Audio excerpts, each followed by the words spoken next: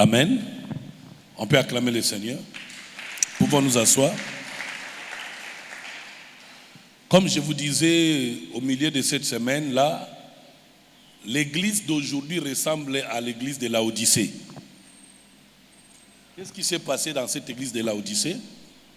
C'était une église que le Seigneur a reprochée parce qu'elle était ni froid, ni chaud.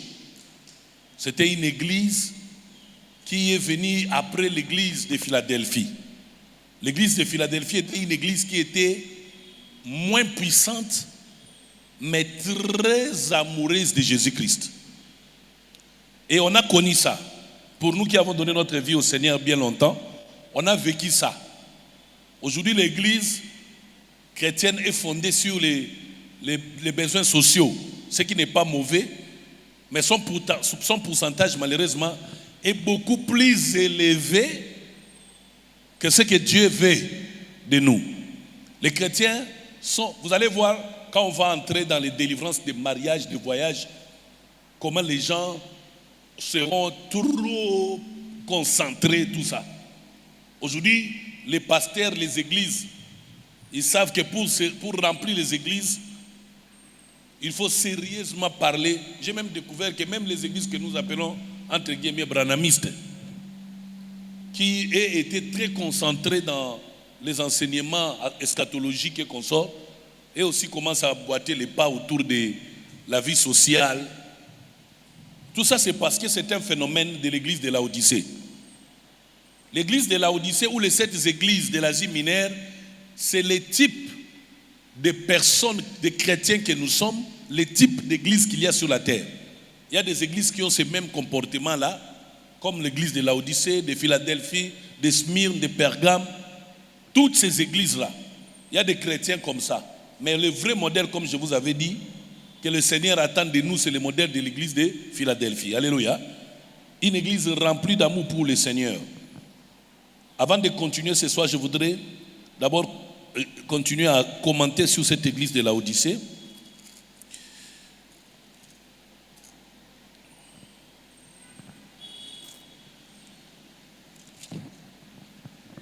Écrit à l'ange de l'église de Laodicée, je suis dans Apocalypse chapitre 3, verset 14. Écrit à l'ange de l'église de Laodicée, voici ce que dit l'Amen, le témoin fidèle et véritable, l'auteur de la création de Dieu. Je connais tes œuvres. Je sais que tu n'es ni froid ni bouillant, si seulement tu étais froid ou bouillant. Ainsi, parce que tu es tiède et que tu n'es ni froid ni bouillant, je vais te vomir de ma bouche. En effet, tu dis, je suis riche, je me suis enrichi et je n'ai besoin de rien. Et je ne sais pas que tu ne sais pas que tu es malheureux, misérable, pauvre, aveugle et nu. Je te conseille donc d'acheter chez moi de l'or pur, purifié par le feu, afin que tu deviennes vraiment riche. De vêtements blancs, afin que tu sois habillé et qu'on ne voit plus la honte de ta nudité. Étouffez les taux là, les sons, écho, il y a écho. Ainsi qu'un remède à appliquer sur tes yeux, afin que tu vois. Moi, je reprends et je corrige tout ce que j'aime. Aie donc du zèle et répands-toi. Voici, je me tiens à la porte et je frappe. Si quelqu'un entend ma voix et ouvre la porte, j'entrerai chez lui, je souperai avec lui et lui avec moi. Le vainqueur, je le ferai asseoir avec moi sur mon trône, tout comme moi aussi j'ai vaincu et me suis assis avec mon Père sur son trône. Que celui qui a des oreilles écoute ce que l'Esprit dit aux églises. On constate une des valeurs de cette église de Laodicée, c'est qu'elle est une église qui donne les apparences d'une église riche. Ça, c'est le comportement de beaucoup de gens, des chrétiens et des églises. Tout ce qui fonde aujourd'hui les ailes des chrétiens et des églises actuellement, c'est la richesse.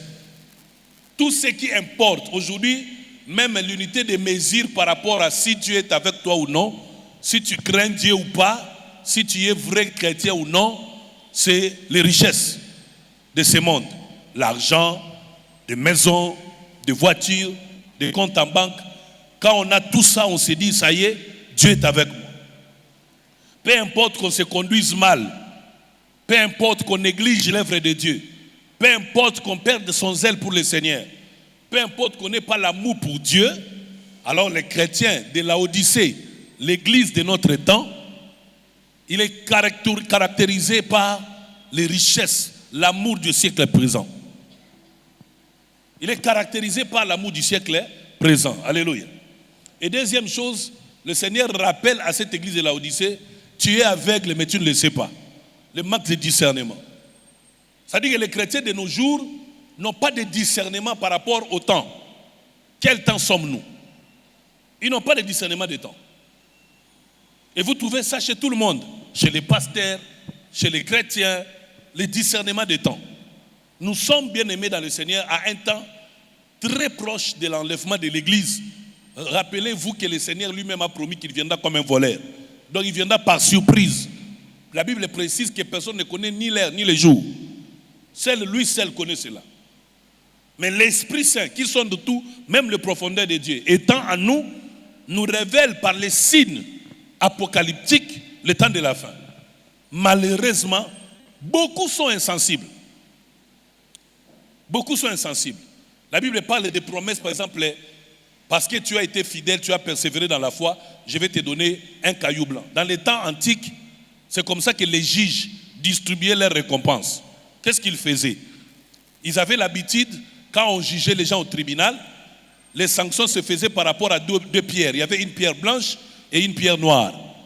Donc, plus on juge ton comportement bon, on place des pierres blanches. Et ça va dépendre du nombre de pierres qui ont été placées sur ton compte pour qualifier un jugement sur toi. Et il y avait des pierres blanches et des pierres noires.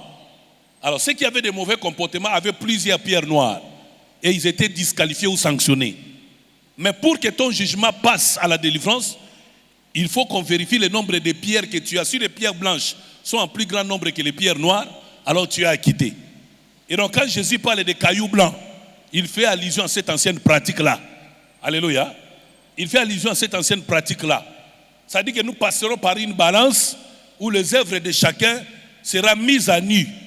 Et le Seigneur nous jugera avec équité. C'est comme ça, chers amis, je vous encourage à être des vrais chrétiens.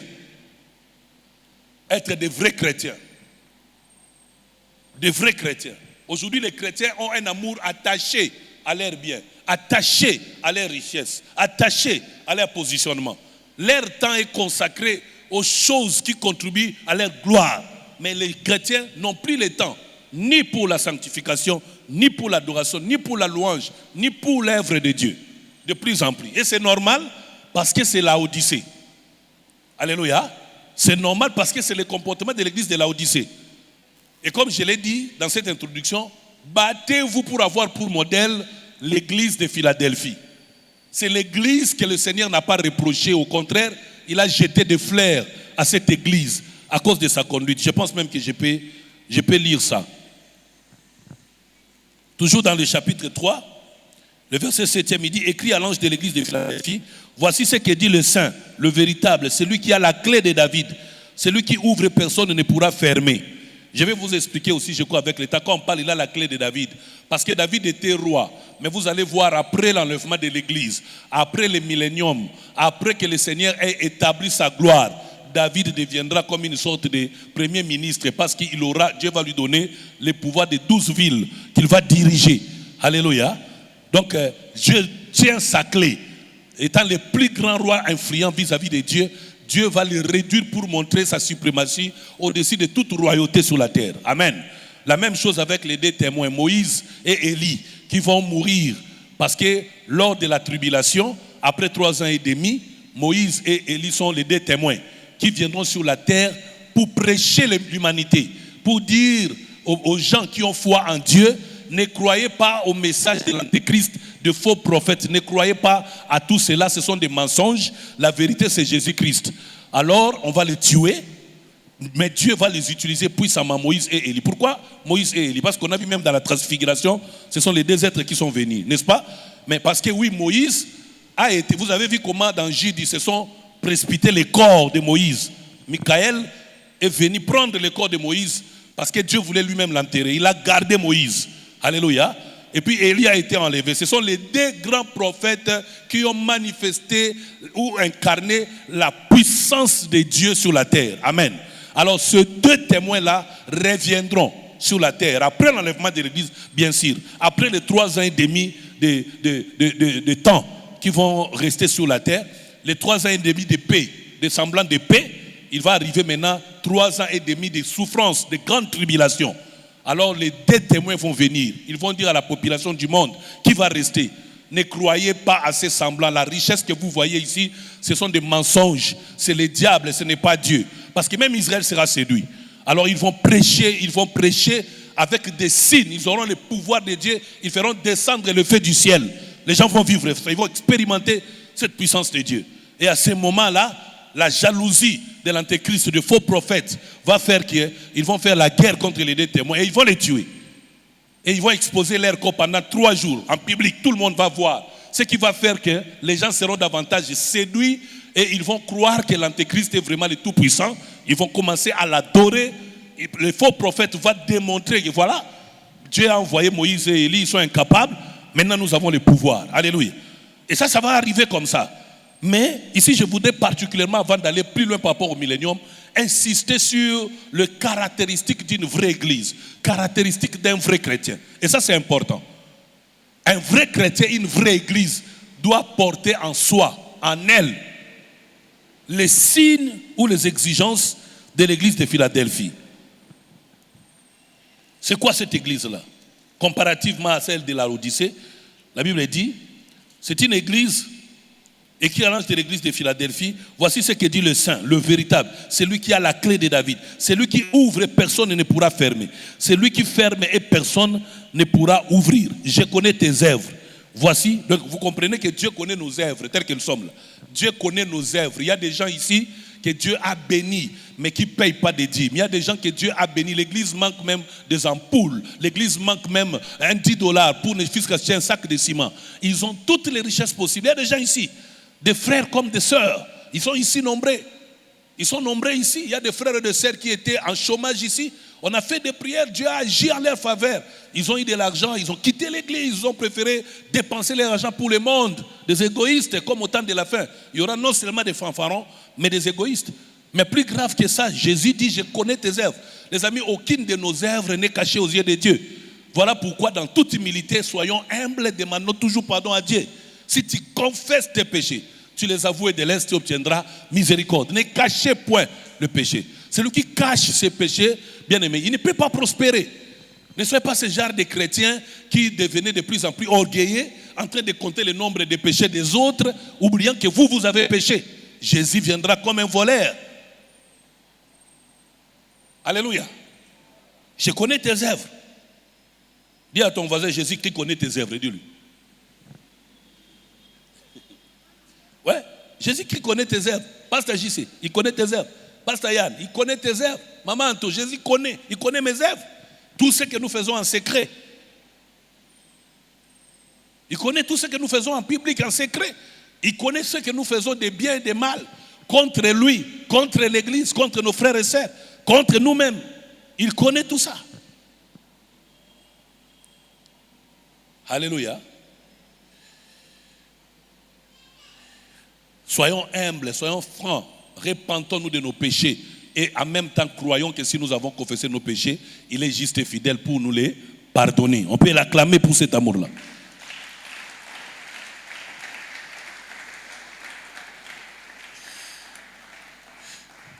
Voici, j'ai mis devant toi une porte ouverte. C'est la seule église à qui le Seigneur donne une porte ouverte. Il dit, voici, j'ai mis devant toi une porte ouverte que personne ne peut fermer. Et parce que tu as peu de puissance et que tu as gardé ma parole sans renier mon nom, je te donne des membres de la synagogue de Satan qui se présentent, qui prétendent plutôt juifs sans être et qui mentent. Donc l'église du temps de la fin, la vraie église du Seigneur, celle que Jésus-Christ va épouser, c'est une église que le Seigneur a donné une porte ouverte. Ça signifie qu'elle sera enlevée et elle vivra auprès du Seigneur. Et quand elle vivra auprès du Seigneur, je vais vous montrer ça ce soir, elle sera en train de vivre ses mariages au vu et au su des nations, au vu et au su des témoins. Parce que les apôtres seront les invités de l'annonce. Ils seront là. Les patriarches seront les témoins. Les nations qui auront survécu à la tribulation, tout ce monde verra comment l'Église va aller au mariage avec le Seigneur. Et le Seigneur promet à une telle personne, à tout bon chrétien. Voilà la promesse que le Seigneur te fait. Il sait que tu as peu de puissance. C'est comme ça que je vous ai dit, bien aimé. Ne tombez pas dans le piège d'amasser les richesses de ce monde. Ne soyez pas des égoïstes. N'aimez pas le monde. N'aimez pas l'argent. N'aimez pas les biens de ce monde plus que Dieu. Je vous en supplie au nom du Seigneur. Je ne sais pas si parmi vous ici, il y a quelqu'un qui a aimé de vivre dans les richesses comme moi. Je ne connais pas. Heureusement pour moi, je n'ai jamais cherché de richesses pour ma vie personnelle. Toujours pour l'œuvre de Dieu. Je vous assure, tout est vanité. Tout est vanité. J'avais bien voulu vraiment être dans cette position pour vous le dire. Quand vous arrivez à un niveau où vous vous rendez vraiment compte que tout ce que vous pouvez posséder n'est que pour le Seigneur. Et que ce qui est beaucoup plus important, ce n'est pas les richesses que vous amassez, mais ce qui est plus important, c'est votre foi en Jésus. Voilà ce que le Seigneur attendait. Voilà. Que Dieu vous bénisse. Il dit, parce que tu as peu de puissance et que tu as gardé ma parole sans renier mon nom, je te donne des membres de la synagogue de Satan qui se prétendent juifs sans l'être et qui mentent. Je les ferai venir se prosterner à tes pieds et reconnaître que je t'ai aimé. Parce que tu as gardé mon ordre de persévérer. Je te garderai aussi à l'heure de la tentation qui va venir sur le monde entier, pour mettre à l'épreuve. Vous voyez, ici le Seigneur promet déjà l'enlèvement de l'Église. Il dit, parce que tu as persévéré, je vais moi aussi à mon tour faire de manière à ce que tu ne sois pas exposé à la tentation qui va venir dans le monde. Donc l'Église sera enlevée avant la grande tribulation. Parce qu'il y a une persécution, une tentation qui viendra dans le monde. Et heureusement, la Bible dit, si ces jours n'étaient abrégés, même les élus seraient séduits. Donc si tu crains Dieu, si tu aimes le Seigneur, si tu te bats, bien aimé, la chair est faible, mais l'esprit doit toujours être bien disposé par l'aide du Saint-Esprit. Peu importe les péchés, répands-toi, cherche la face de Dieu. Vis dans l'état où le Seigneur va te trouver en paix. Déjà, il est interdit de dormir en colère. Déjà. Or, il y a des chrétiens qui sont ennemis les uns des autres. Qui sont ennemis les uns des autres. Déjà, il est interdit de vivre dans des querelles. Or, il y a des chrétiens qui ne passent pas une journée sans être en conflit avec les autres. À la maison, au travail, à l'église.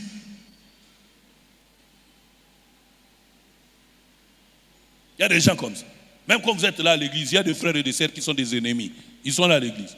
Il y en a qui sont des moqueurs. Si Jésus vient te trouver dans cet état de moquerie,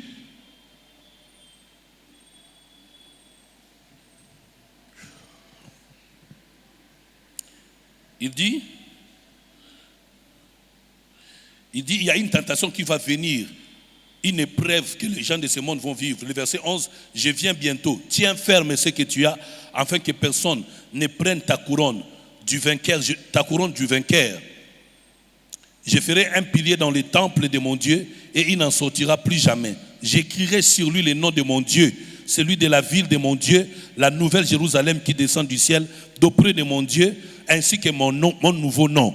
Que celui qui a des oreilles écoute ce que l'Esprit dit aux églises. Donc ici, le Seigneur lui-même, Jésus, promet des choses qu'il va, comme récompense, donner à l'église qui va persévérer dans la foi. Il dit, toi, je vais te donner à vivre la nouvelle Jérusalem. C'est-à-dire, dans cette écriture-là, il promet l'enlèvement de l'église aux chrétiens, il promet l'annonce aux chrétiens, il promet le millénium aux chrétiens, il promet finalement la vie éternelle. Tout ça, il donne ça à cette église-là de Philadelphie. Mais quand je regarde les églises de Philadelphie de notre monde ici, actuellement, oh mon Dieu. Quand je regarde les églises, nous disons amour de Jésus. Tous les noms possibles que nous donnons ne signifient pas la vraie église. La vraie église, elle est par rapport à la conduite telle que le Seigneur l'avait en chacun de nous. Jésus ne viendra pas enlever les chaises. Il ne viendra pas enlever les temples. Il va enlever l'homme qui a marché dans l'amour pour lui, qui l'a craint, qui a persévéré, qui a lavé sa robe. Il lui donnera un caillou blanc. Son nom sera écrit dessus. Il dit même qu'il va révéler son nouveau nom à cette église-là. Non seulement ça, il promet aussi de placer sa marque.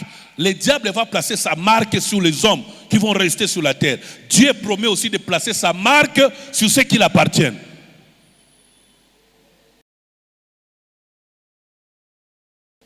C'est ça qu'on appelle la récompense des saints. Alléluia. On a parlé sur la coupe hier, on a parlé sur ça, nous avions commencé à parler sur le millénium. Bien aimé, je confirme encore de nouveau que le millénium, millénium c'est un mot latin qui signifie simplement 1000 ans. Alléluia.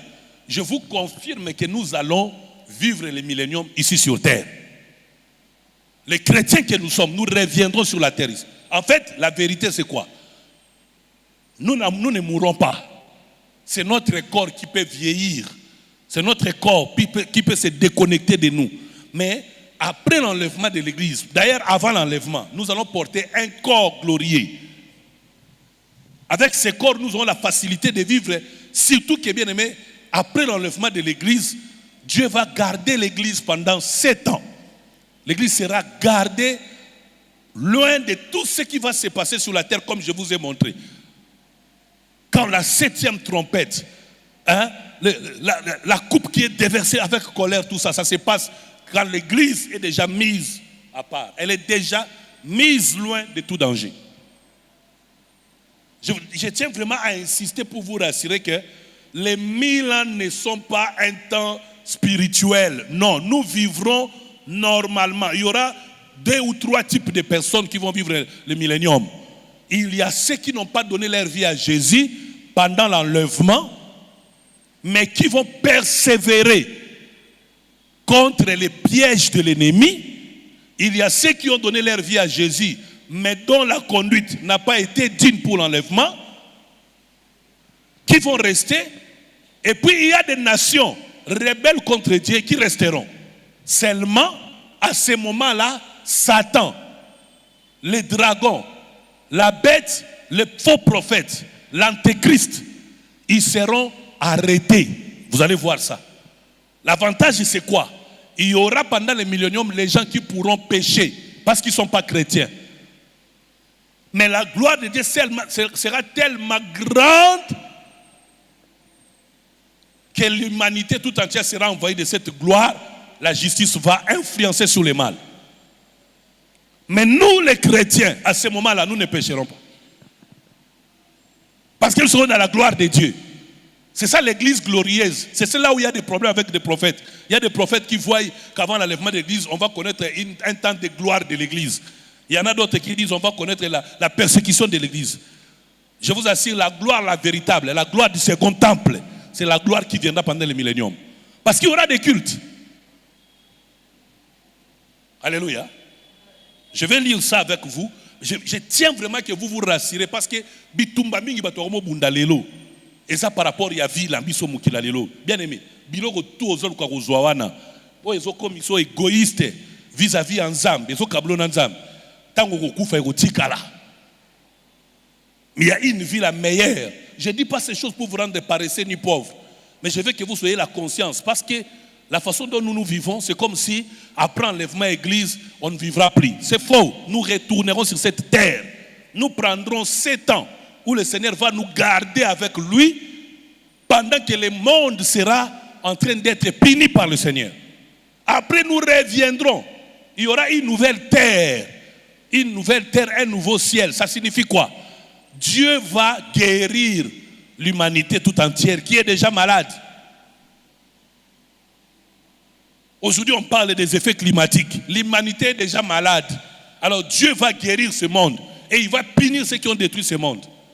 Après, nous serons réinstallés. On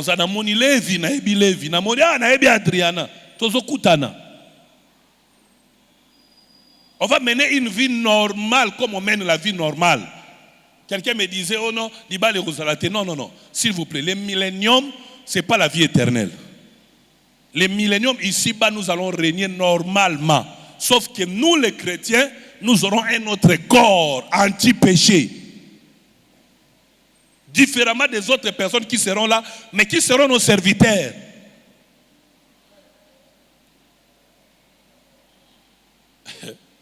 Il y a une Bible qui dit que richesse ça va pagan nous a pour nabiso. Vous allez vivre ça. Vous allez vivre ça. Lisons d'abord quelques passages. On retourne d'abord sur là où nous sommes arrêtés hier, et puis on va lire les passages. Nous sommes dans Apocalypse chapitre 20. C'est là où on parle du millénium. Première bonne nouvelle, avant le millénium, qu'est-ce que la Bible dit là-bas, le premier verset? Est-ce qu'on peut lire à haute voix, nous tous? On peut lire à haute voix? Apocalypse chapitre 20, le premier verset. Puis j'ai vu descendre du ciel un ange qui avait la clé de l'abîme et une grande chaîne dans sa main. Ah. On peut continuer? Il saisit le dragon, le serpent ancien, qui est le diable et Satan, et il les lia pour 1000 ans. Bien aimé, sur 100% des causes de souffrance qu'il y a sur cette terre, 99% c'est parce que le diable est sur la terre. Mais pendant que nous allons régner dans le millénium, il y a un ange à qui on a donné la clé de la prison pour placer le diable là-bas. Qui peut acclamer le Seigneur pour ça? Je te donne 2 minutes, lève-toi. Lève-toi, je te donne 2 minutes. Merci Ndengoro Kanga Satana. Bandolo Banazambe, merci Ndengoro Kanga Satana. Tout ce que l'église fait maintenant, il chasse le diable et les démons. Il peut lier les démons, mais l'église ne peut pas arrêter Satan, le diable. Mais pour le millénium, après l'enlèvement de l'église, Satan sera arrêté. Pendant 1000 ans, qui peut acclamer le Seigneur? On peut gêner, on peut prier. Ça ne va jamais arrêter Satan. Mais pour le millénium, pour que nous soyons en paix, il sera retenu en prison. Ah, au cas où tu m'as beaucoup poni. Hein?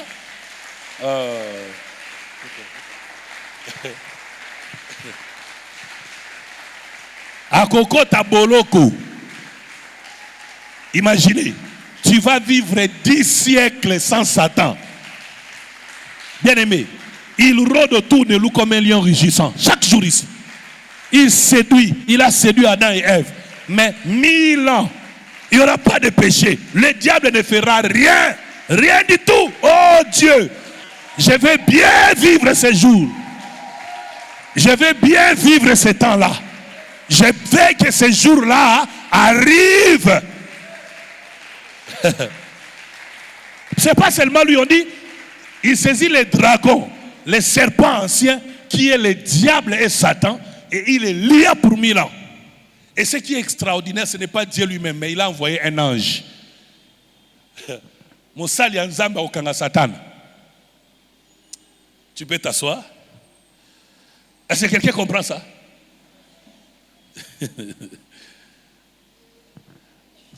Bandeko nanga makambo naza so naza kuvivre ngo nazo yokango wande babengaka bienheureuse espérance. Ya ovandi na vie boso zo sala makambo ezo simba te au moins oza na garantie que millénium ezo ya. Lisons un peu Romains chapitre 8 verset 19. Vous allez j'ai déjà commencé à partir d'hier à vous expliquer certains passages bibliques que nous interprétons pas abusivement de façon évangélique. En réalité, ce sont des passages qui sont attachés dans un temps lointain. Qu'est-ce que la Bible nous dit là-bas? Romains chapitre 8, 19. La Bible dit, aussi la création attend-elle avec un ardent désir la révélation des fils de Dieu. Quelle est cette révélation que la création attend? Hein? Tu as la réponse? Tu as la réponse? Quelqu'un a la réponse? Quelle est la révélation que la création attend-elle avec un ardent désir? C'est l'enlèvement de l'église. C'est le millénium. C'est la vie éternelle. Et ici en particulier, le millénium. La création tout entière. Parce qu'elle est détruite. Je vous ai montré comment les chrétiens, les martyrs réclament la justice de Dieu. La création tout entière, on a détruit les eaux. On a souillé les eaux. C'est pourquoi vous avez vu un ange l'ange a loué Dieu à cause de sa colère. Et l'eau a été changée en sang pour punir ceux qui ont détruit les eaux. Donc tout ce que nous faisons, nous détruisons la planète ici. Toutes les créatures de ce monde que Dieu a créé, sont à l'attente de comment Dieu va changer, va recréer, comment Dieu va délivrer. Bien aimé, délivrance, c'est ça que même les eaux réclament la délivrance. Même les arbres cherchent la délivrance. Même les oiseaux cherchent la délivrance.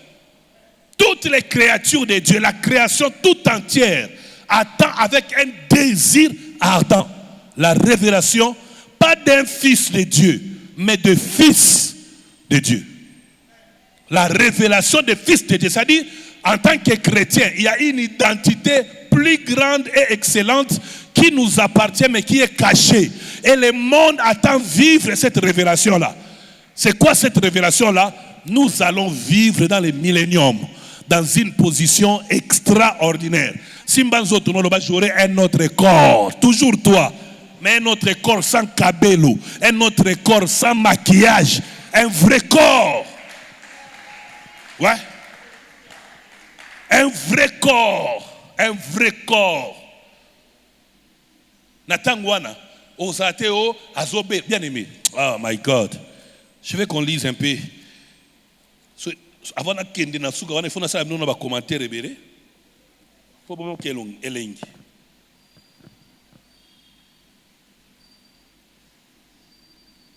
On peut un peu lire Zacharie 14:9. Zacharie 14:9.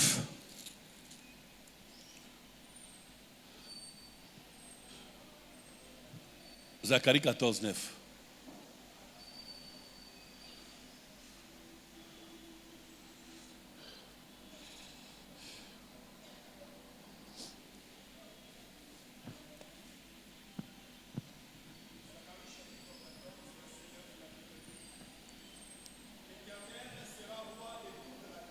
Et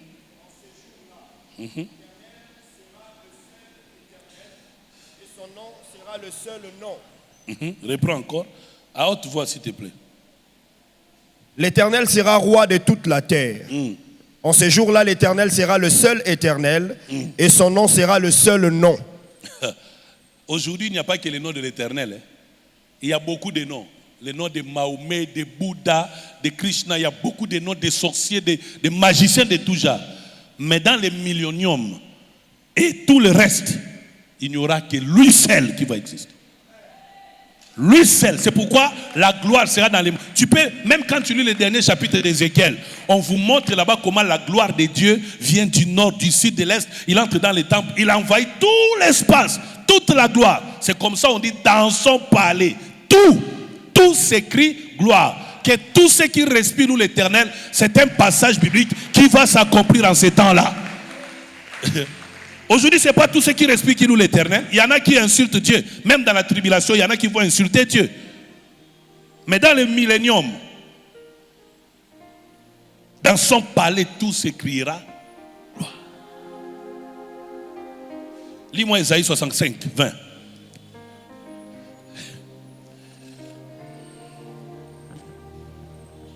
On peut lire ça au tout va, Isaïe 65, 20. Isaïe 65, 20. Isaïe 65, verset 20. Il n'y aura plus ni enfant ni vieillard qui n'accomplissent leur jour. Stop. Dans le millénium, après que Satan soit mis en prison, qu'est-ce que la Bible dit? Il n'y aura plus ni enfant ni vieillard qui n'accomplissent leur jour. Parce qu'aujourd'hui, les gens meurent trop tôt. À cause des esprits des morts, des liens, des envoûtements, des blocages.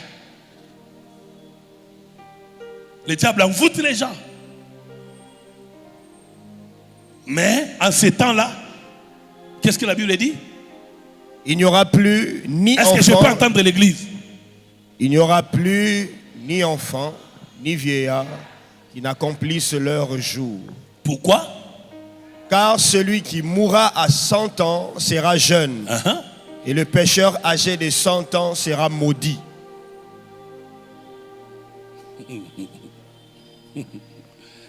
Hein? Ça revient comme au départ, non? Les Métouchéla, tous ces gens qui ont vécu longtemps, ils avaient des âges beaucoup plus avancés. À notre temps ici, les gens meurent à n'importe quel âge. Déjà pour le cas du Congo, il est montré que l'âge normal d'un Congolais à vivre sur la terre, c'est entre 50 à 65 ans. Celui qui vit jusqu'à 65 ans, il a bien vécu au Congo. par rapport aux conditions de vie sociale. Mais là-bas, on dit bien, qu'est-ce qu'on dit? Ah, Naotika, vous avez engagé. Ou bien vous avez dit maté au salam.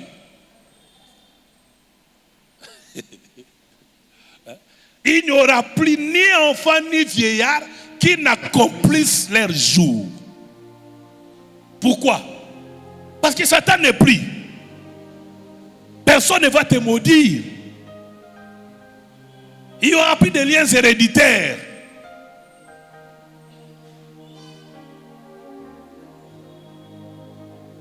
On ne t'empoisonnera plus.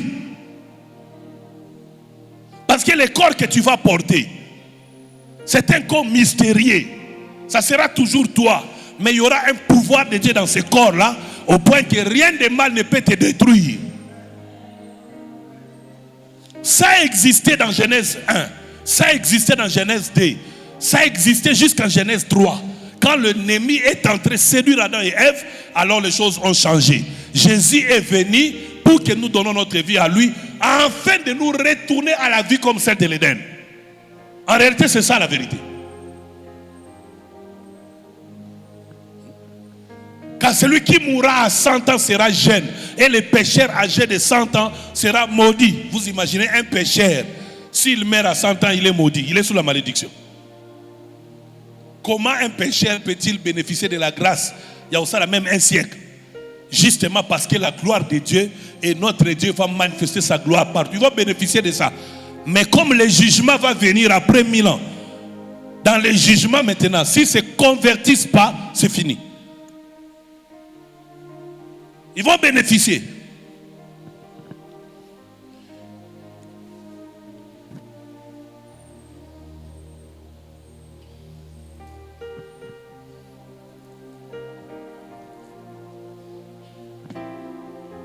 Wana ba eschatologue, il y a orgueillé. Moi raison. Je vais chercher une raison. Quand on a grandi dans la foi au début, ouvrir l'Apocalypse, ça faisait peur aux gens. Hein? Mais aujourd'hui, au fur et à mesure, on se rend compte, on peut ne pas vous expliquer. Mais il suffit pour vous de lire la Bible, Daniel, de lire l'Apocalypse et de suivre les informations du monde. On peut ne pas vous expliquer. On peut ne pas vous expliquer si vous êtes vraiment chrétien, lecteur de la Bible. Obanosa l'adoration, Zokumisanza. Et c'est l'avantage que nous avons de savoir que ces choses s'accomplissent à notre temps.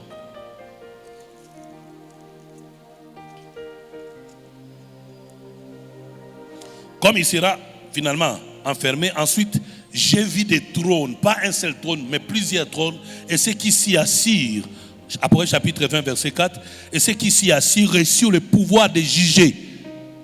Oui, nous aurons ce pouvoir-là de juger. Comment on va le faire? Tous ceux qui vont vivre dans le millénium, qui n'auront pas connu le Seigneur, quand l'Église viendra, puisque l'Église sera dans son temps glorieux, alors nous allons nous apporter la bonne nouvelle. C'est d'ailleurs par rapport à ça que la bonne nouvelle sera prêchée dans toute l'humanité, avant la fin totale. Nous allons annoncer ça, nous dirons aux gens, aimez le Seigneur, mourrez pour lui. De toutes les façons, ils n'auront pas d'autre choix.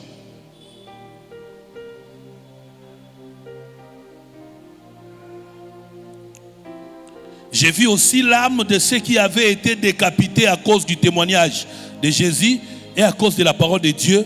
Tous ceux qui n'avaient pas adoré la bête ni son image et qui n'avaient pas reçu sa marque sur le front ni sur la main, ils revinrent à la vie et ils régnèrent avec Christ pendant 1000 ans. Vous voyez? Donc même nous, les chrétiens qui seront enlevés, même ceux qui resteront, mais qui refuseront la marque de la bête, ceux-là, nous nous rencontrerons tous. Et Dieu nous fera du bien ensemble. Dieu nous fera du bien ensemble. Ça signifie que le millénium interviendra après l'enlèvement de l'Église. Et les passages bibliques qui confirment que le millénium aura bien lieu sur la terre, c'est Apocalypse chapitre 5, verset 10. On peut lire ça.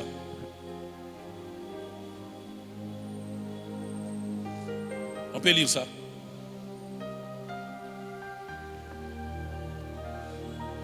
tu as fait un royaume et des sacrificateurs pour notre Dieu et ils régneront la terre. Ces passages bibliques montrent avant tout au départ comment le livre a été ouvert, le livre scellé qui avait été rompu par le Seigneur, et on nous montre comment des foules entières, on peut même reprendre à partir du verset 5, on peut lire ça pour voir les multitudes de personnes qui vont venir. Et l'un des vieillards me dit, ne pleure point, voici le lion de la tribu de Juda, le rejeton de David, a vaincu pour ouvrir les livres et ses 7 sceaux. Yes.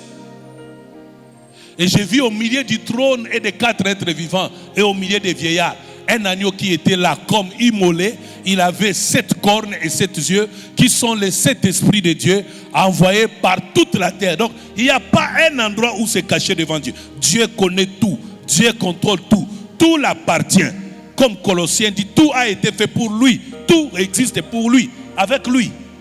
Oui, il vint et il prit les livres de la main droite de celui qui était assis sur le trône.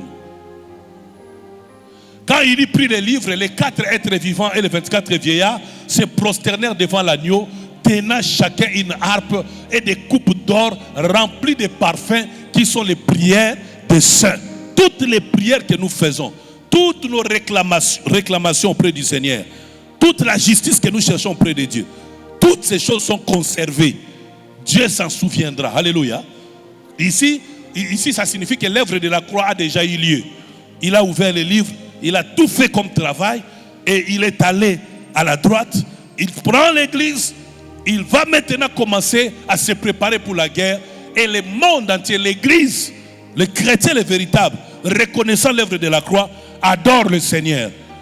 Ils adorent Dieu de toutes parts au monde. Oui. Et il chantait un cantique nouveau en disant, tu es digne de prendre les livres et d'en ouvrir les sceaux, car tu as été immolé et tu as racheté pour Dieu par ton sang des hommes de toute tribu. Ici, quand on dit tu as été immolé, on rappelle l'œuvre de la croix, parce que c'est à la croix que Jésus avait été immolé. Alléluia. C'est à la croix, on rappelle et on explique la raison de ce travail de la croix. On dit ce qu'il a fait à la croix, qu'est-ce que cela a produit? Ça nous a racheté. C'est ça la rédemption. Tu as racheté pour Dieu par ton sang. C'est ça a été versé à la croix. Des hommes de toute tribu, de toute langue, de tout peuple et de toute nation. Donc l'œuvre de la croix. Ici je réponds à tous ceux qui sont les baïndo, qui disent que Jésus a sauté. Les amis, vous voyez, ici on parle de toutes les tribus, de toutes les nations. Jésus est allé à la croix pas pour les juifs. Il est allé à la croix pour toute l'humanité. Qui peut dire amen? Qui peut l'acclamer? Qui peut l'acclamer? Il est allé à la croix pour toi. Jésus est monté à la croix également pour toi. Hein? Pour toutes les langues, de tous les peuples et de toutes nations. C'est-à-dire qu'il n'y a personne qui doit douter du travail que Christ a fait pour lui. Jésus a travaillé pour nous tous. C'est ce qui avait été symbolisé par la vie de Joseph, à qui on a donné une robe multicolore. Donc toutes les nations, tous les peuples. La même chose avec Noé. Quand Dieu a apaisé le déluge, il y a eu l'arc-en-ciel qui avait des couleurs qui symbolisent l'humanité tout entière et sous contrôle de Dieu. Alléluia. Et même l'histoire de Noé, vous pouvez voir que Noé, pendant 40 jours, le déluge avait pris fin. Mais Noé n'est pas sorti 40 jours après. Il n'est pas sorti 40 jours après. Il a vécu plus de 1000 jours après que le déluge soit fini. Parce que les eaux devaient s'apaiser. Pourquoi? C'est ça le message aussi. Jésus a fait l'œuvre de la croix. Il est assis à la droite du Père. Et beaucoup de gens pensent qu'il reviendra plus. Non, il y a un temps, comme un voleur, il viendra. Et les signes de l'enlèvement de l'Église sont là. Parce que vous savez, Jésus va faire son retour pour Israël. Il fera son retour pour Israël. Mais pour l'Église, Jésus ne fera pas le retour. C'est l'Église qui va aller vers le Seigneur. L'Église va aller vers le Seigneur. Comme une femme, comme Esther, qu'on amène vers le roi. Après qu'elle soit bien préparée. Déjà à côté, on a mis Vasti et on prend Esther. Donc les incrédules, les païens, Israël a été mis de côté pour que nous les païens, nous soyons sauvés comme Esther. Connaître les mariages qu'Assuérus a eu avec Esther. L'église va vivre la même chose. Devant les anciens qui étaient avec Assuérus. Ça va se passer comme ça. Vous allez vous rendre compte que tout l'Ancien Testament en réalité, c'est juste l'introduction de la nouvelle alliance. Tout ce que nous consommons ici, tout ça, Sarah Botaki, Yopo Bota, Bota, ça c'est bien. Ça c'est pour la consommation terrestre. Mais en réalité, tout ce qui est dans la Bible, de Genèse, Apocalypse, la Bible dit dans ces rouleaux, il est question de toi. Tout ce qui se passe là-bas. Même quand on parle des 3 fêtes, je vous ai dit, Jésus a exercé 3 ministères, lui-même sur la terre. Il a exercé les ministères des prophètes, des souverains sacrificateurs, des rois qu'il va faire. La même chose aussi. On parle des 3 grandes fêtes de l'Éternel. Il y a la Pâque, il y a la Pentecôte, il y a le tabernacle. Jésus a vécu dans toutes ces dimensions. Dans notre temps, il a vécu comme ça. Avant que nous le connaissions comme homme, il vivra comme ça, comme dans les temps qui vont venir. Au millénium, il y aura la Pentecôte. On va fêter la Pentecôte au millénium. La Pâque aura lieu au Pentecôte. Tout ce qui va se faire là-bas sera pour la gloire de Dieu. Et j'insiste, ça va se passer sur la terre. Et alors là, au moment où on a vu, vite au ménage, ils ont là, on a film Un prince à New York. On a film Un prince à New York.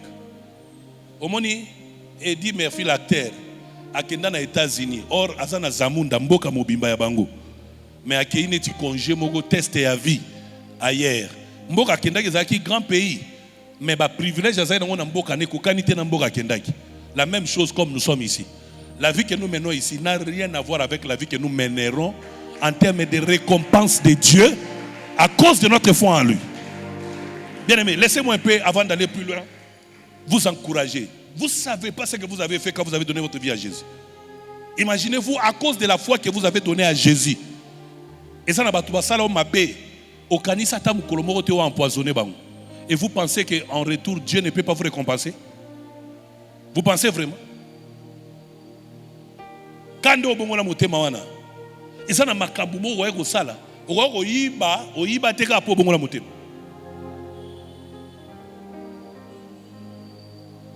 Bien aimé, Kindoki na Congo ande ba pesa ngo bato. Na ba pays mususu neti na Suède, yo moko kende ko senga Kindoki, ba peso Kindoki. Mais en tant que chrétien, tu ne veux pas ça. Ba mususu oza ozo kemba pamba, so za imo Christ te okote le makaka na coin wao. Olati kilota mukuse. Otiki tolo libanda, bazu yo client.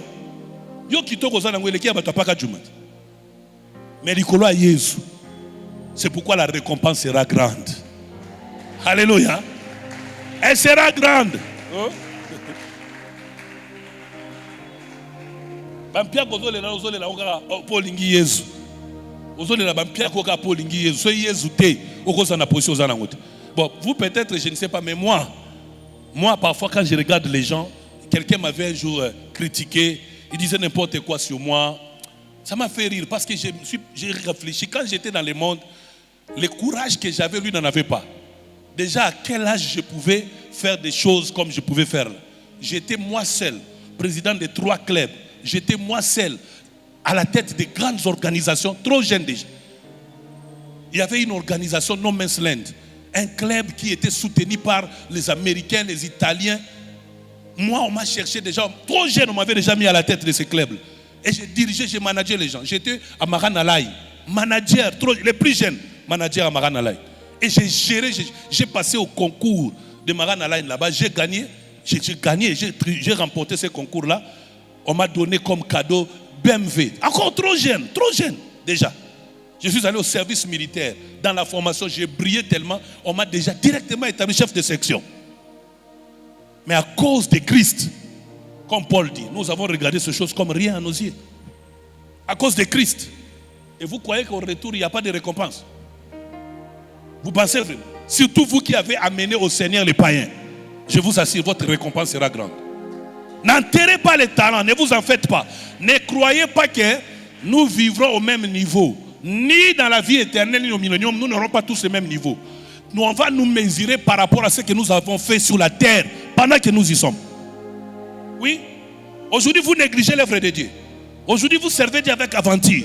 Aujourd'hui, vous négligez les ministères. Vous négligez les services que Dieu vous donne. Protocole, ça on a négligence. Dieu t'a même appelé au ministère, mais tu n'as pas le temps. Ne t'en fais pas. Vous avez entendu l'histoire des vases, le jour des noces. Ce n'est pas avec toutes les vases qu'il y a eu des miracles. Bien aimé, il y a des vases viles. Il y a des vases qu'on garde à la maison. Ce que nous faisons ici-bas pour le Seigneur, c'est ce qui va déterminer le niveau de valeur que nous aurons auprès du Seigneur. Nous n'aurons pas tous le même niveau. Il y a des gens, je peux prêcher comme ça, mais peut-être que ma crainte de Dieu n'est pas au niveau d'un simple frère qui a l'intercession. Je peux être pasteur à l'église, mais négligent. Tandis qu'un simple frère d'évangélisation a fait un travail plus que moi. Aujourd'hui, je suis son pasteur. Mais demain, ça ne sera pas les mêmes choses. Hein? Il y en a qui enterrent les talents. Dieu nous aide. Par ton sang, des hommes et de toutes tribus et de tout. Je vais dire à quelqu'un ici, même si tu ne connais pas les mandarins, s'il faut même faire des gestes, fais-les, prêche un chinois. La parole de Dieu est sans frontières. Jésus est mort à la croix pour tout le monde. Cette bonne nouvelle concerne tout le monde. N'ayez pas de frein. N'ayez pas de frein. On continue.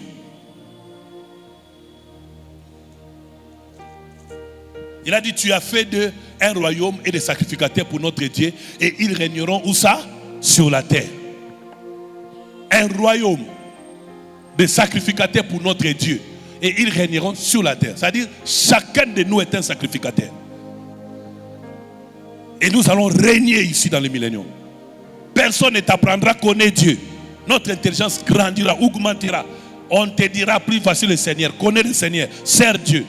Dans le millénium, nous serons des adorateurs véritables. Des adorateurs. On reprend Apocalypse 20.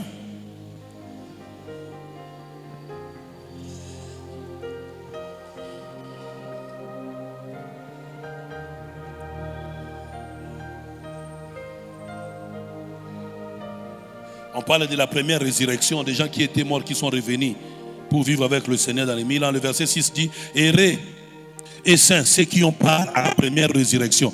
La seconde mort n'a pas de pouvoir sur eux, mais ils seront prêtres de Dieu et de Christ, et ils régneront avec lui pendant 1000 ans. Ceux qui ont donné la vie à Jésus, ceux qui sont enlevés pour le Seigneur, ils vont régner avec le Seigneur pendant 1000 ans. Même ceux qui ne seront pas enlevés, mais qui vont garder la foi en Dieu, qui vont refuser la marque de la bête sur leur front ou sur leur main droite, ceux-là régneront 1000 ans avec Dieu. Nous les verrons. Celui que nous adorons sans avoir vu là, nous les verrons. Celui que le prédicateur nous prêche, lui-même nous parlera. Dans son palais tout s'écrit. Le verset 7 dit, quand les 1000 ans seront passés, Satan sera relâché de sa prison. Ah, voilà. Après qu'il soit en prison, il sera relâché 1000 ans après.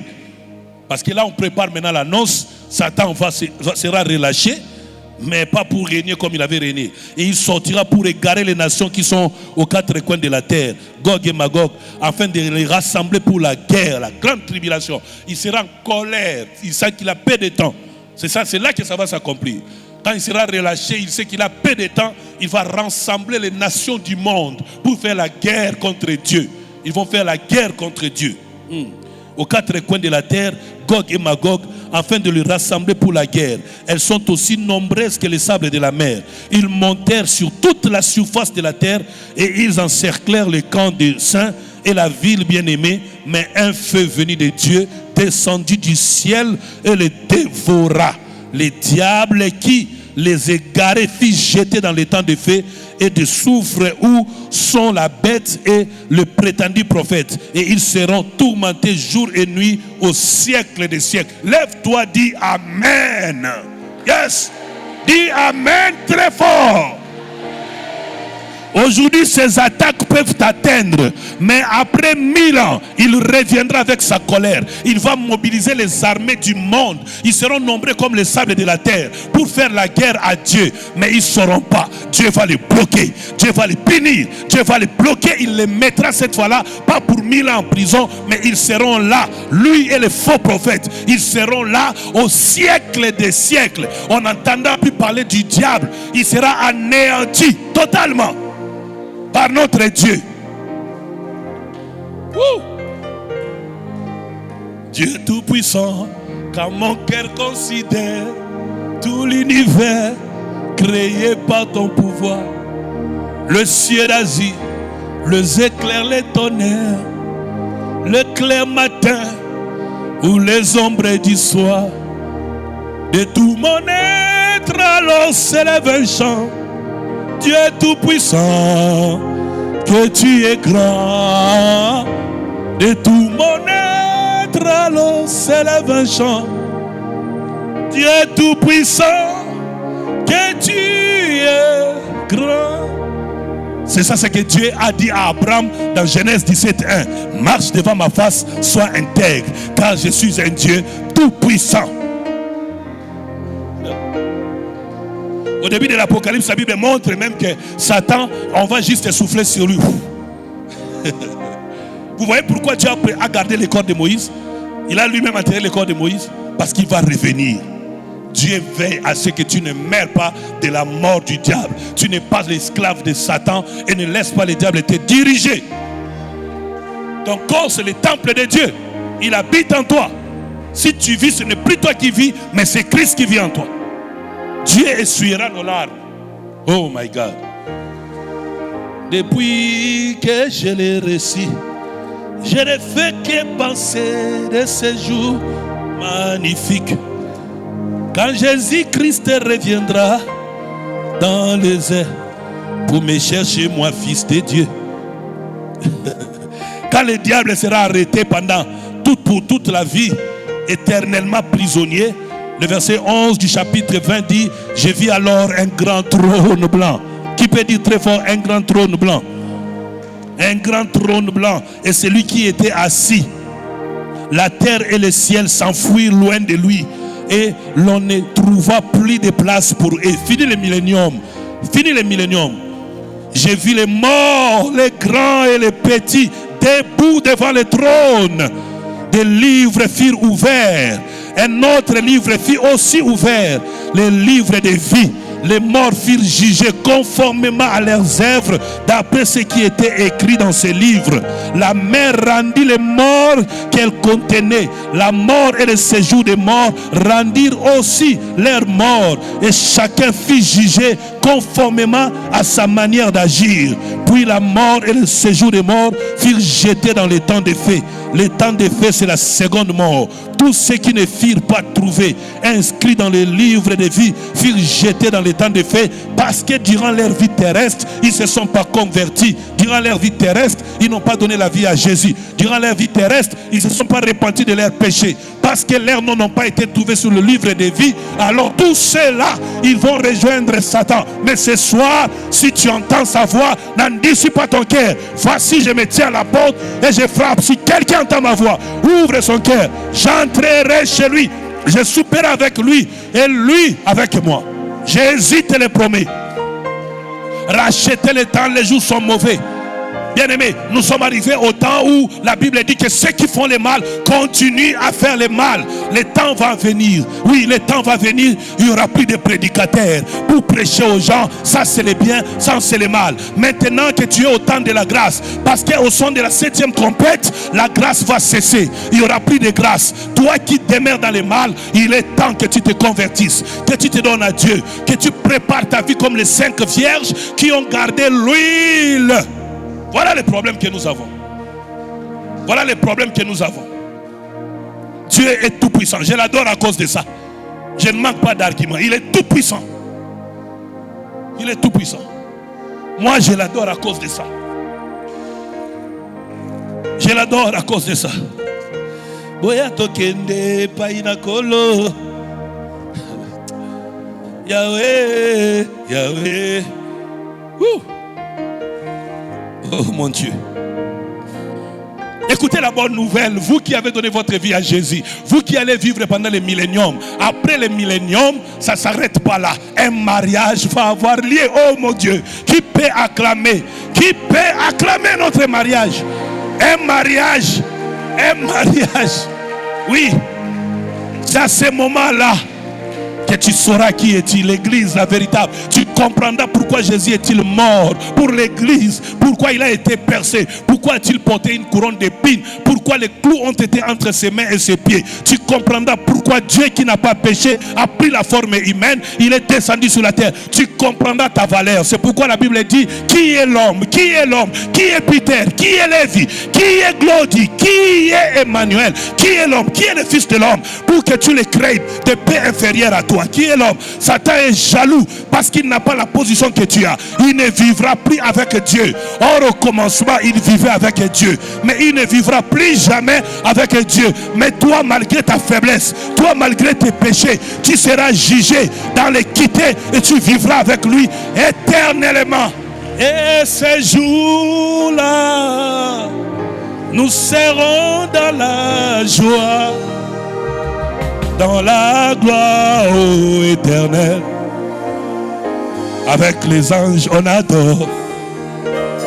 Aujourd'hui, on calomnie et mécane. Je ne connais pas sa vie, je m'en fous d'ailleurs de sa vie.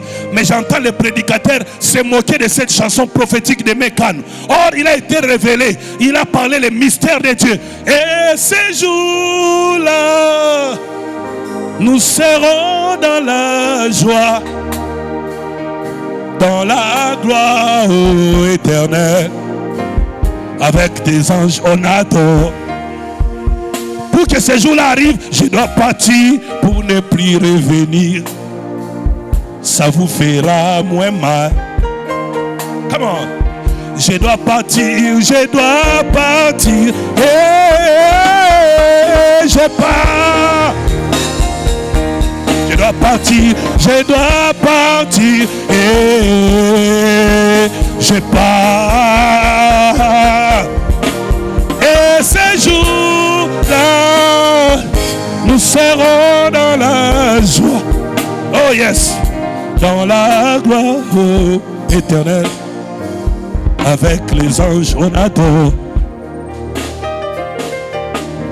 Et ce jour-là, nous serons dans la joie, dans la gloire éternelle. Avec les anges, on adore. On va adorer Dieu. On les verra. On les verra comme Thomas a vu. Il a dit, heureux ceux qui croient sans avoir vu. Mais Thomas a douté. Il a dit, approche ton doigt ici. Place-les sur mes plaies. Thomas a dit, mon Seigneur et mon Dieu. Tu adores celui que tu ne connais pas. Mais il s'est tenu devant le puits de Jacob. Il a dit, l'heure vient. Elle est venue où les vrais adorateurs adoreront le Père en esprit et en vérité. Il prophétisait sur le millénium. Il prophétisait sur la vie éternelle. L'heure vient et elle est déjà venue. En éclat d'œil au son de la trompette. Oh my God. En éclat d'œil. Toko limwa bango, toko dribbler. Toko dribbler. Je suis curieux de savoir si tu iras avec tout l'argent que tu amasses, que tu ne peux pas porter pour les païens. Je suis curieux de savoir tous les cabellos, les beautés que tu as, où est-ce qu'ils partiront avec toi. Déjà quand tu meurs, ces choses ne vont pas avec toi au tombeau. Je te dis, tout est vanité. Tout est vanité. Tout est vanité. Tout est vanité. Tout est vanité. Ce n'est que la poursuite du vent. Ce n'est que la poursuite du vent. L'heure arrive. Nous vivrons comme au temps des églises primitives. La Bible dit ils demeuraient ensemble, ils persévéraient ensemble dans les enseignements des apôtres, dans la prière, dans la fraction du pain, dans la communion fraternelle. La Bible dit en ces temps du début, personne ne disait c'est bien m'appartient au propre. Il est partagé. Chacun prenait comme il voulait. Le temps arrive, tu comprendras la grandeur de l'amour de Dieu. Tu comprendras les mystères de la foi. Tu comprendras la grandeur de l'église. Tu comprendras qu'est-ce que c'est que l'amour du prochain. Tu ne connais pas encore ça. Alléluia. Oh yes. Quiconque ne fut trouvé écrit dans les livres de vie fut jeté dans les temps de feu. Oh Dieu. Oh Dieu. Bien-aimé, le temps de grâce va passer. Oui. Mais Dieu restera toujours un Dieu d'amour. C'est pourquoi, avant même que le temps de feu arrive, il y aura un millénium. Ceux qui persévéreront auront la vie encore de nouveau. Il y aura encore cette faveur-là. Quel Dieu d'amour. Qui peut l'acclamer? Un Dieu grand.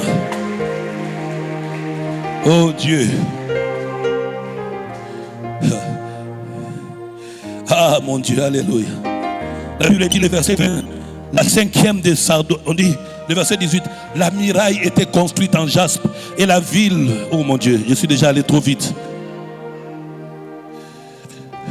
Je crois que je suis là. Le verset 5, c'est lui qui était assis. Apocalypse chapitre 21. Verset 5, celui qui était assis sous le trône dit, voici que j'ai fait toutes choses nouvelles. Dieu fera toutes choses nouvelles. Regarde ton corps, dis j'aurai un corps nouveau. Regarde ton corps.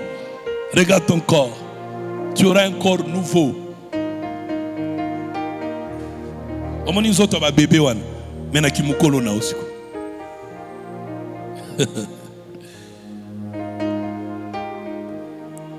Toutes choses nouvelles.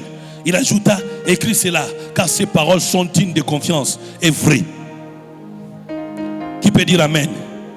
Et il me dit, je suis l'alpha et l'oméga. Qui peut dire amen? Le commencement et la fin. Qui dit amen? À celui qui a soif, je donnerai à boire gratuitement de la source de l'eau de la vie. Oui, ici, ce n'est pas seulement la parole que Dieu va donner, mais les gens qui vont souffrir pendant la tribulation souffriront d'une grande soif. Je vous assure, ils souffriront de la faim. Dieu va leur donner la nourriture, il va leur donner à boire. Ils seront errés, ils revivront parce qu'ils seront persécutés à cause du Seigneur. Ils souffriront. C'est vrai que ça signifie la parole de Dieu, la consolation de Dieu. Mais humainement parlant également, Dieu va nourrir les populations qui vont refuser la marque de la bête. Ouais.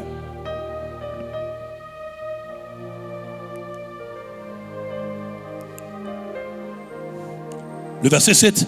Le vainqueur recevra cet héritage. Je serai son Dieu et il sera mon fils. Quant au lâche, c'est-à-dire ceux qui abandonnent la foi. Ceux qui abandonnent la foi à cause des situations quelconques. Na pengui nanga, na tiki nanga, tu es un lâche. Tu n'hériteras pas le royaume d'ici. Na pengwa likolo pasteur. Na pengwa likolo église. Tu es un lâche. Tu es un lâche. Na pengwa likolo bitumbele kebele, un lâche.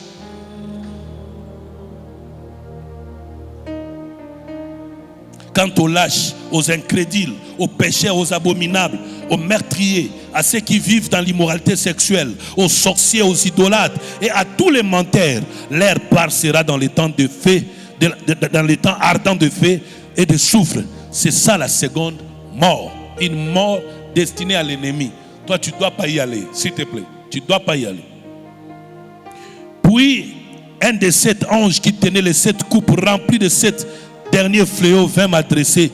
La parole est dit, viens, je te montrerai la femme, l'épouse de l'agneau. Il me transporta en esprit sur une grande et haute montagne et me montra la ville sainte, Jérusalem, qui descendait du ciel d'auprès de Dieu. Elle rayonnait de la gloire de Dieu. Son éclat ressemblait à celui d'une pierre très précieuse, d'une pierre de jaspe transparente comme du cristal. Elle était entourée d'une grande et haute muraille avec 12 portes et à ces portes 12 anges. Des noms y étaient inscrits. C'est des 12 tribus d'Israël. Il y avait à l'est 3 portes, au nord 3 portes, au sud 3 portes et à l'ouest 3 portes. La muraille de la ville avait 12 fondations qui portaient les noms des 12 apôtres de l'agneau. Celui qui me parlait avait pour mesure un roseau. Bien aimé, ça c'est extraordinaire. On peut acclamer le Seigneur. Les 12 apôtres. Donc la description ici, elle est claire. Elle nous montre l'église que nous sommes. Elle nous montre Israël qui va reconnaître son Shiloh. Elle nous montre les rescapés des tribulations. Tous ces gens sont devant le roi des rois. Amen. Oh, à cause du temps, j'aimerais qu'on lise quelques passages, même 3, qui démontrent les mariages entre nous et l'époux. On peut lire Psaume 45. Psaume 45. Je rappelle encore, allez méditer à la maison, vous comprendrez. Si vous ne comprenez pas maintenant, vous avez le Saint-Esprit, vous aidera. À la maison. Écoutez, au chef des chantres, sur les lys, des fils de Corée, cantiques, chants d'amour. Ces psaumes ici expliquent le mariage, la cérémonie des noces entre l'époux et l'épouse, entre Christ et l'Église, devant les témoins. Écoutez ce qu'il dit, lisons. Des paroles pleines de charme bouillonnent dans mon cœur. J'ai dit, mon œuvre est pour le roi. Que ma langue soit comme la plume d'un habile écrivain. Même Cantique des Cantiques. En fait, Cantique des Cantiques, c'est le mariage de l'église et l'époux. Tu es le plus beau des fils de l'homme. Ça, c'est toute la création, les nations, l'église dira ça au Seigneur. C'est ça l'adoration qui commence. Ici, c'est l'épouse qui célèbre son époux. Il dit, tu es le plus beau des fils de l'homme. La grâce est répandue sur tes lèvres. C'est pourquoi Dieu t'a béni pour toujours. Continuons. Vaillant guerrier, ceins ton épée, ta parure et ta gloire. Oui, ta gloire. Sois vainqueur. Monte sur ton char. Défends la vérité, la douceur et la justice. Et que ta droite se signale par de merveilleux exploits. Vous voyez que dans toute l'histoire, c'est toujours les martyrs des saints. C'est toujours les chrétiens. C'est toujours l'église qui réclame à Dieu de frapper l'ennemi. C'est toujours l'église qui réclame la justice. Comme on a vu là. C'est toujours l'église. Même ici, c'est toujours l'église. C'est exactement ce que Esther a fait contre Aman. Dans l'histoire d'Esther, Mardoché, Aman. C'est ce qui s'est passé. Esther a réclamé au roi Assuérus de punir Aman. N'est-ce pas? C'est la même chose ici. L'église demande à l'époux de faire des exploits. Et ce sont les exploits que l'époux va faire. Il va tout détruire. Il va tout détruire. Continue. Tes flèches sont aiguës. Tes peuples tomberont sous toi. Elles perceront les cœurs des ennemis du roi. Oui. Ton trône, ô Dieu, est à toujours. Le spectre de ton règne est un spectre d'équité. Ici, on décrit la guerre d'Armageddon, la grande bataille. La bataille du bien et du mal. Comment Dieu va triompher contre le mal. Sur le mal. Et ça, c'est la réclamation de l'église qui réclame ça à Dieu. Alléluia. C'est l'église qui réclame ça à Dieu. Et déjà, depuis Psaume, tu aimes la justice et tu aimes la méchanceté. C'est pourquoi. Pourquoi on dit de la justice ici? Parce que justement, il y a des martyrs qui réclament leur justice. Et ils sont en train de faire une prière d'adoration, mais de réclamation à Dieu. Je vous supplie, hein? Je vous supplie. Pour savoir 5 justice ensemble. Attends le monde, un jour et mon. C'est pourquoi ton Dieu t'a oué. Dis-nous de joie. Ça, c'est avant que les Hébreux ne le disent. Déjà, le fils de Corée, on vit cette révélation de Dieu. Par privilège sur tes collègues. La myrrhe, l'aloès et la casse parfume tous tes vêtements. Oh my God. Qui peut acclamer la beauté du Seigneur Jésus? Ici, ce n'est pas un homme à Golgotha. Ici, il n'y a pas le sang qui est versé sur son corps. Ici, il n'y a plus de couronne d'épines. Mais c'est le prince de paix. C'est le roi des rois. C'est le plus beau des fils des hommes. Voilà. C'est le mari de l'épouse. Dans les palais d'ivoire, les instruments à cordes te réjouissent. Ça sera extraordinaire. Quand il prend l'église, la main sur la montagne, on est dans la gloire. C'est ça qu'on appelle palais d'ivoire. Et l'adoration pompe. Je ne vais pas rater ce jour. Je ne vais pas rater ça. Des filles des rois sont parmi tes bien-aimés. La reine est à ta droite, parée. La reine, c'est l'église. Les filles des rois, ce sont des témoins qui seront là, parés d'or d'Ophir. Hein? Nous serons tous là, ces jours-là, dans la célébration, dans la gloire pour le Seigneur. Come on. Écoute ma fille, vois et prête l'oreille. Oublie ton peuple et la maison de ton père. Ah voilà. Tous ceux qui vont rester, tous ceux qui nous ont calomniés, tous ceux qui ont combattu l'église, on va les oublier. Même s'il était membre de ta famille, même s'il était ton père, s'il n'avait pas donné sa vie à Jésus, tu l'oublieras. Tu l'oublieras. On peut se lever le temps alors. Le roi porte ses désirs sur ta beauté. Le roi porte ses désirs sur ta beauté. C'est-à-dire une église sans tache ni ride. Une église qui s'est lavée, qui s'est purifiée. C'est-à-dire des chrétiens qui marchent dans la crainte de Dieu, qui ne gardent pas les péchés, qui confessent leurs péchés, qui demandent pardon à Dieu. Ils ont gardé leur beauté. Et le roi porte ses désirs sur sa beauté. Puisqu'il est ton Seigneur, rends-lui tes hommages. Il faut adorer le Seigneur. Levons-nous, nous sommes arrivés à la fin. Ouais, tu fais bien de l'acclamer.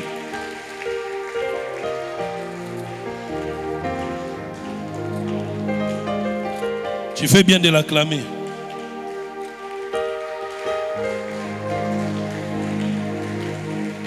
On peut lire aussi Psaume 100. Psaume 100. Rapidement, Psaume 100. C'est le dernier verset qu'on va lire ce soir. La Bible dit, Psaume de louange, poussez vers l'Éternel des cris de joie. Vous tous, habitants de la terre, ça va s'accomplir. Dans les milléniums, ça va s'accomplir. La terre tout entière va pousser des cris de joie à l'Éternel. Aujourd'hui, tous les yemba bar mo za pembeni vocha makelele. Tous sambela awa mosquée mo quelque part vocha makelele. Tous sambela awa maison mo loge mo quelque part vocha makelele. Mais il y aura un temps. Toute la terre va pousser des cris. Vous tous habitants de la terre, continue. Servez l'Éternel avec joie, pas avec négligence, pas avec tristesse. Servez l'Éternel, ça arrivera, je vous assure. Mais moi, je préfère que ça arrive maintenant dans ta vie. Venez avec allégresse en sa présence. Sachez que l'Éternel est Dieu. Vous voyez, comme je vous ai dit, beaucoup de passages bibliques que nous lisons aujourd'hui, c'est de façon anticipative. Mais en réalité, il y a un moment précis où ces passages vont prendre corps. Vous voyez ça dans le millénium. Vous voyez ça même aussi lors de la noce. Ça, ce sont des paroles qui vont vraiment bien s'exécuter. Vous voyez ça? Quand la nouvelle Jérusalem descend, la cité sainte, donc on va vivre, on va expérimenter ça. Sachez que l'Éternel est Dieu. C'est lui qui nous a fait et nous lui appartenons. Nous sommes son peuple et le troupeau de son pâturage. Entrez dans ses portes avec des louanges. Là, ce sont les nations qui viennent. Les nations viennent de partout, devant le roi des rois. C'est lui que nous avons crié sans avoir vu. Nous serons en train de venir, en train d'entrer dans cette ville sainte pour la gloire du Seigneur. Dans ses parvis avec des cantiques. Célébrez-les, bénissez son nom. On nous limite où dans les parvis? Pas les saints des saints, dans les parvis. Parce que lui-même va occuper les temples et sa gloire va se répandre dans tous les temples. Mais nous serons dans les parvis, en train de l'adorer. Car l'Éternel est bon, sa bonté dure à toujours et sa fidélité de génération en génération. Frères, sœurs, lavons nos robes. Reprenons les ailes pour le Seigneur. Ne servons plus Dieu comme si nous le servons pour quelqu'un. Mais servons-le parce que nous gardons notre foi en lui pour le dernier jour. Quelqu'un comprend ça? Ce sont ces choses ici que je vous dis ici.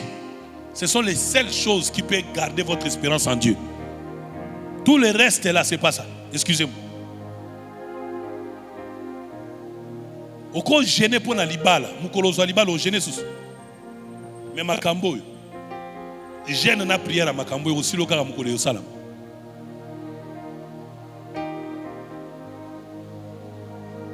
Et c'est là où nous allons.